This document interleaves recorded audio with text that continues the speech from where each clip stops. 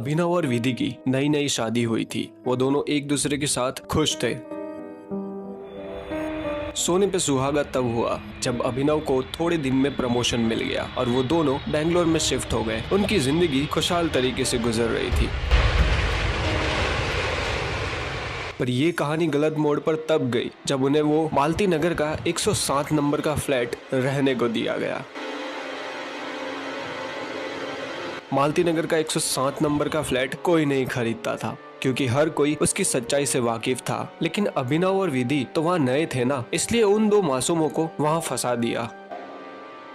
Flat की चाबी अभिनव को देते ही ब्रोकर अपने गांव चला जाता है। उस फ्लैट का असली मालिक भी कागजात देकर वो शहर ही छोड़ देता है। आखिर ऐसा क्या था उस फ्लैट में, क्यों उससे जुड़े लोग वहाँ से दूर भाग रहे थे?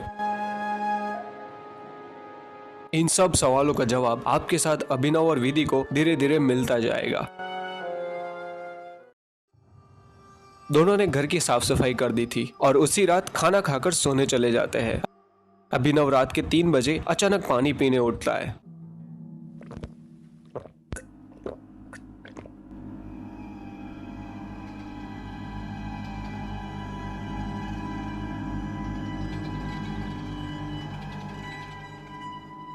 पानी पीकर वापस आया तो उसने कुछ अजीब देखा। विधि गायब थी।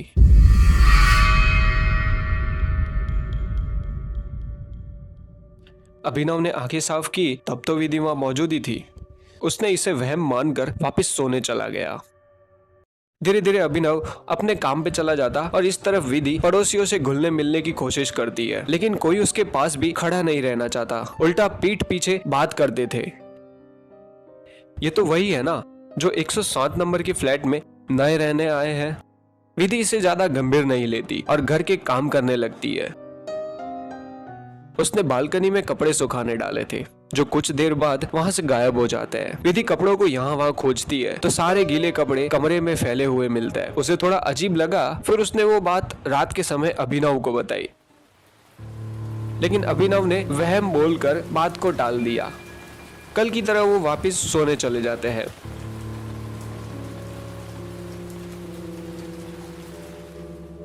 रात को फिर 3 बजे किसी के चलने की और बारी हिलने की आवाजें आती है। अभिनव उठ जाता है और देखता है कि बारी पर एक अजीब सी परछाई दिखती है।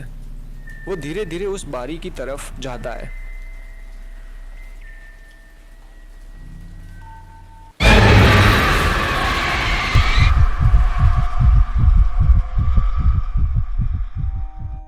वो डर जाता है। वो विधि की तरफ जैसे ही मुड़ता है तो देखता है कि विधि के बगल में कोई सोया हुआ है और विधि के गालों पर अपने नाखून फेर रहा है, जिससे विधि के गाल पर खून आ जाता है। अभिनव इतना डर जाता है कि कुछ बोल ही नहीं पाता है। लेकिन यह तो सिर्फ एक भ्रम था। रात के अभी भी 4 बजे हैं। विधि ने अभिनव को नींद में से उठाया और कहने लगी कि ऐसा कौन सा सपना देख रहे थे जो इतना पसीना पसीना हो गए हो। पर अभिनव ज्यादा कुछ नहीं बताता और वो दोनों वापिस सो जाते हैं।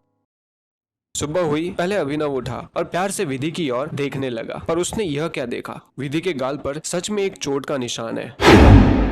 अभिनव ने पहले विधि को जगाया और पूछा कि यह निशान कैसे लगा। विधि को खुद को नहीं पता था कि रातों रात उसके गाल पर यह घाव कहां से आ गया। अभिनव को अब विश्वास होने लगा कि कुछ तो गलत हो रहा है। विधि की बताई पिछली बातों पे भी उसे यकीन हो रहा था,